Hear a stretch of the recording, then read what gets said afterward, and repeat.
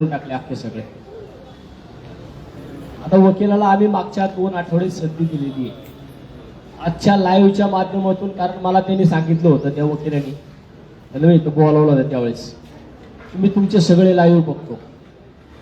आता बाबा तू जर माझा लाईव्ह बघत असशील तर मी तुला आता लाईव्ह सांगतोय, जर तू आता या 2 दिवसामध्ये ह्या मावशीचे पैसे दिले नाहीत, मी तुला सांगितलेलं आहे, आता सुद्धा मी तुझ्या ज्या वकिलांच्या मार्फत, आता ती ताई काय म्हणली, ताई तू इकडे,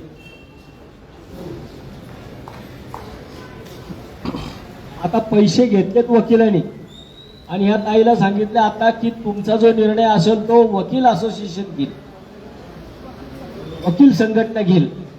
आणि मी त्याला सांगितलं होतं की जर या आजीचे पैसे तू दिले नाही तर ज्या इमारतीमध्ये तू राहतो त्या बिल्डिंगचा तू चेअरमन आहे, त्या बिल्डिंगच्या खाली येणाऱ्या 2 दिवसामध्ये ही आजी आणि मी तुझ्या नावाचा बॅनर घेऊन उभा राहतो, तुला काय माझं करायचे ते करून घ्या.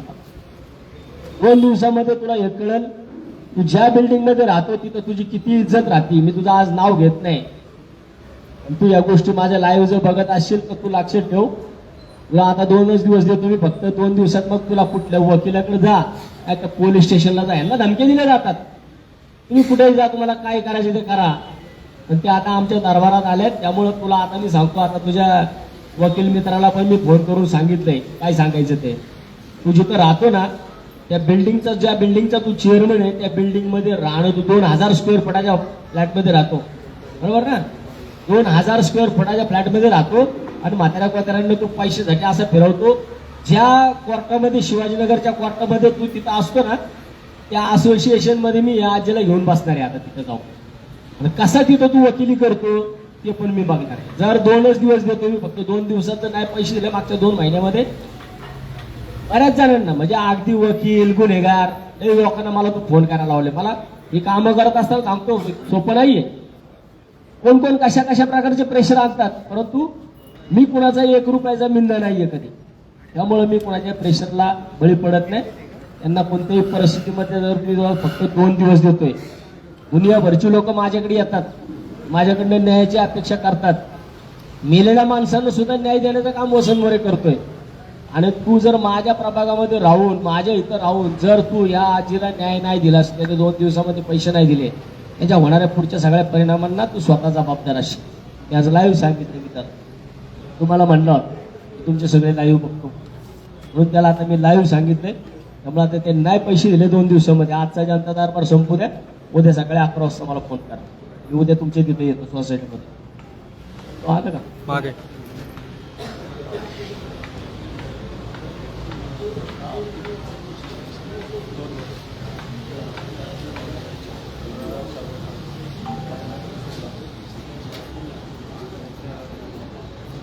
हे दिल्लीचं आलं बघा, हे दीपक शर्मा म्हणून आहे दिल्लीचा, अजून एक जण आहे. या 2-3 जणांनी काय केलं, एका मित्राला लोन काढून दिलं, म्हणजे लोक कशी बळी पडतात. यांनी एका ह्याच्यात मित्राला लोन काढून दिलं, कितना दिया था,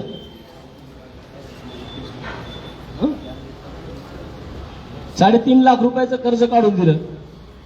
ह्या आता हे दोघं जामीनदार झाले, कारण कर्ज काय प्रॉपर्टी मॉर्गेजचं लोन नव्हतं, लोन जामीनदाराचं लोन होतं. कारण यांना दोघांना पगार कितना पगार आहे, 25,000, याला 25,000, दुसऱ्याला 32,000 पगार आहे. या दोघांनी त्यांच्या पेमेंट स्लिप त्याला दिल्या आणि एका संस्थेतनं याला लोन काढून दिलं. आता तो जामीनदार डायरेक्ट हात वर करून रिकामा झाला, मी पैसे देणार नाही, माझ्याकडे पैसे नाही. या दोघांचे पेमेंट स्लिप यांचे डायरेक्ट अकाउंट ब्लॉक झाले. या दोघांचे अकाउंटमधून आता पैसे बँकेला डायरेक्ट वर्ग होतात. ह्याचा आता दुसरा तर आहे, त्याची बायको प्रेग्नेंट आहे, तो आला नाही अजून इकडं.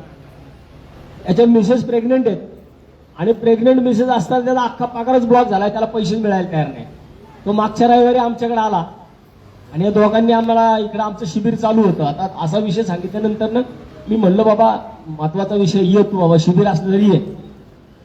त्याला मी शिबिरात सुद्धा बोलावला आणि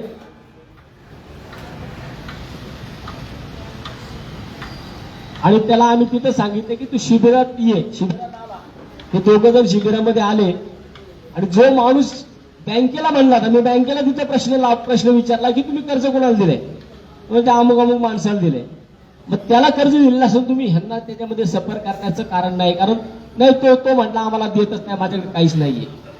लाभार्थी बाजूला राहिला, परंतु जे जामीनदार त्यांना अटॅचमेंट लागल्या.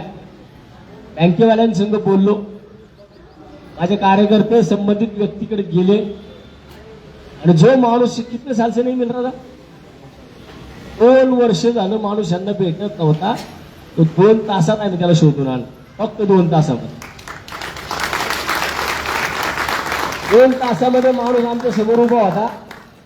आणि 2 तासात आणल्यानंतर त्याचे बँक अकाउंट आम्ही चेक केले. त्याने दुसऱ्या एका बँकेमध्ये 2 लाख रुपये भरलेले होते. जाग्यावर पैसे ट्रान्सफर मारायला लावले 2 लाख रुपये त्याला.